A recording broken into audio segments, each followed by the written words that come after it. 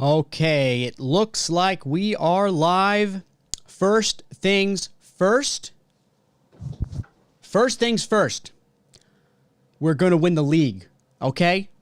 We are top of the league. We're going to win the league. We are going to lift the Premier League trophy. And I got to turn this fan off. We're going to lift the Premier League trophy, okay? Keep your heads up high. I don't want to say that was bound to happen, but it happened, okay? A horrible match from the Reds. Everyone was off, but what are you going to do? That was like a turd amongst flowers. Our whole season was a season of flowers, and we just threw a big old turd right on it. And that's okay. We still win the league with a turd in the flowers. Is that a good analogy? Very, very depressing. But again, like I said, keep your heads up high. We're top of the league. Bobby Firmino almost lost another eyeball. That guy just has targets on his eyeballs. Oh, what a depressing match. What a depressing match to watch. You got to give it up to Watford. They played well. However, their goals came off of Liverpool defensive mistakes and overall Liverpool poor play. Oh, excuse me. Now, let me read some stats of that match, and we will see if the stats tell the whole story. Not that that matters. We just lost 3-0. So let's see what they say. Ball possession, 71% Liverpool to 29% Watford. Interesting. Goal attempts, 7 for Liverpool, 14 for Watford. Shots on goal, 1 for Liverpool, 5 for Watford. Let's see what else. Free kicks, 9-9. Corner kicks, 5 for Liverpool, 3 for Watford. And total passes, 730 for Liverpool, 300 for Watford. Dangerous attacks, 70 for Liverpool and 40 for Watford. Yeah, those stats do tell the story. 100%. Goal attempts, 14. I forget what I said, 14-7, whatever it was. Watford were all over it. All over it. Watford looked like Liverpool. They looked like Liverpool with their pressing, with their desire. Liverpool did not show up to this game. They were horrible. The only good thing I take from that match are Adam Lallana's performance and Takumi Minamino's ball retention. That's the only positives I can take away from that game.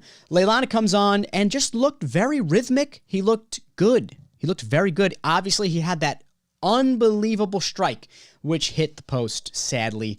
A few inches to the left, and that goes in. Don't think that would have changed the game, to be quite honest. Don't think it would have changed.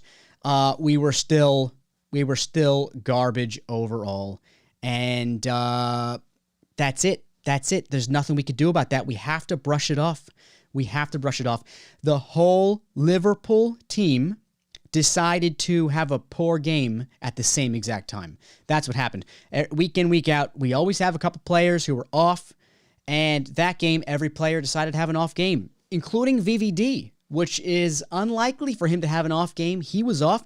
Every Watford goal came from a Liverpool mistake. We were nowhere on defense, especially Troy Deeney's goal. What was Virgil doing? He didn't even try to block the cross from, I believe it was Sarr. Didn't even try to block it. We were lazy. It just wasn't, it was not fun to watch. I imagine many Liverpool fans turned the game off at the 80th minute and said, I'm done with this. After 3-0, I'm done with this. It was very frustrating. It was frustrating, number one.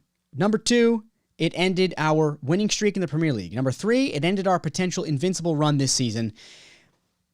A turd on flowers. What else can you say? It was disheartening. But like I said in the beginning, we're going to win the league. So we gotta brush this off. Liverpool, the first team, Jurgen, they all have to brush this off because we got big stuff coming up. We got Atletico coming up. We have to show up at Atletico. I said in my pre-match show, I said we were gonna win 3-0, not lose 3-0. I thought coming off of a nail-biter against West Ham, coming off of a 1-0 loss against Atletico, I thought we'd get our rhythm back and we'd show a strong performance. Trent Alexander-Arnold played awesome against West Ham. I thought he'd come back and show another nice performance, and he did not. Before Deulofeu got his injury, he was having a field day. He was having a field day with Trent. And I said in my pre-match show that was going to be a key battle. Deulofeu won it. Sadly, he got injured. Hopefully, it's not a horrible injury. Hopefully, he's able to bounce back quickly. Hopefully, it's not some crazy tear. You hate to see players get injured like that and get sent off in stretchers. So I don't care who they are, Everton, Man United. You hate to see that type of stuff. I don't like to see it. Our downfall that game, number one, was giving the ball away in areas Liverpool typically never give the ball away. Gini Wijnaldum, the king of ball retention, the king of not losing the ball, lost the ball. His passes were horrible. So were Ox's. So were Mane's. I mean, the list goes on. Everyone was off. It was freaking hard to watch. I assume everyone watching right now is with me in how, we don't feel great. I'm not feeling great. Not good, but we're still top of the league. Liverpool, top of the league. Hard to chant after a game like that. That being said, Liverpool away supporters saying you'll never walk alone at the end of that match, saying, hey, we won the league. You got to keep supporting. Got to keep supporting the team. Don't get too down on this. It was, I don't want to say it was bound to happen, but there was a huge potential we were going to have a slip up. An invincible season ain't easy. That was our first loss this season. We had a tie against Man United. What an awesome season we've had. Now, you look back at some of the games that we've won this season, and we barely won. Barely. We have been playing like champions where we come away with 1-0 wins. We come away with 2-1 wins, and that's what champions do. But when you're going to keep coming away with wins like that, there's huge potential for a loss. Huge. Did not think it was going to come like that. Didn't think it was going to come at Watford, and didn't think it was going to be 3-0. Maybe 2-1. Maybe 1-0, not 3-0. What the heck? We have one of the best defenses in the world. And it did not look like that match. It didn't look like that. This match, the only thing it takes away is it just takes away our pride, and that's it. And it doesn't even take away our pride. We're still having an awesome season. We're sky high in the points. Okay? So you can't let it get you down. But it hurts. It hurts, and it's a shame to see. That's, to be quite honest, that's about all I have to say about that game. I have a million game notes here, and every single one of them is, this guy gave the ball away. This guy gave the ball away. So many things. Watford pressuring well. Watford pressuring like Liverpool does. Let's talk about 50-50 balls. Liverpool, a 50-50 header. We win them. We are so good on 50-50 headers. However, Watford's offense, Troy Deeney, Sarr, Capoue, big guys, and they were dominating against everyone. Dejan Lovren, a.k.a. Dejan Mustard, he had an atrocious match, and I feel bad for the guy. It was his first start in a little bit. You know, he got to play his full 90, and he really screwed the pooch on that one. It was not a great performance. He was one of the reasons we lost that match, but you can't put it all on Lovren. You got to put it on the whole team. Nothing was working. Watford did what Atletico did. And every single time we passed the ball to Trent or Robbo, they were on top of them. They didn't get many crosses in. Robbo didn't get many crosses in. Trent didn't get many crosses in because Watford were all over those wings. And you'd imagine if they're all over the wings, maybe we can break through the middle. And our front three were not firing. They were not firing on all cylinders. If you want to break through the middle of a team that's going to park the bus like Watford, and they didn't just park the bus that game. They did after they scored the second goal, but they kept moving forward. If you want to break through a defense like that, you need some moments of brilliance. You need direct football. We didn't see any of that.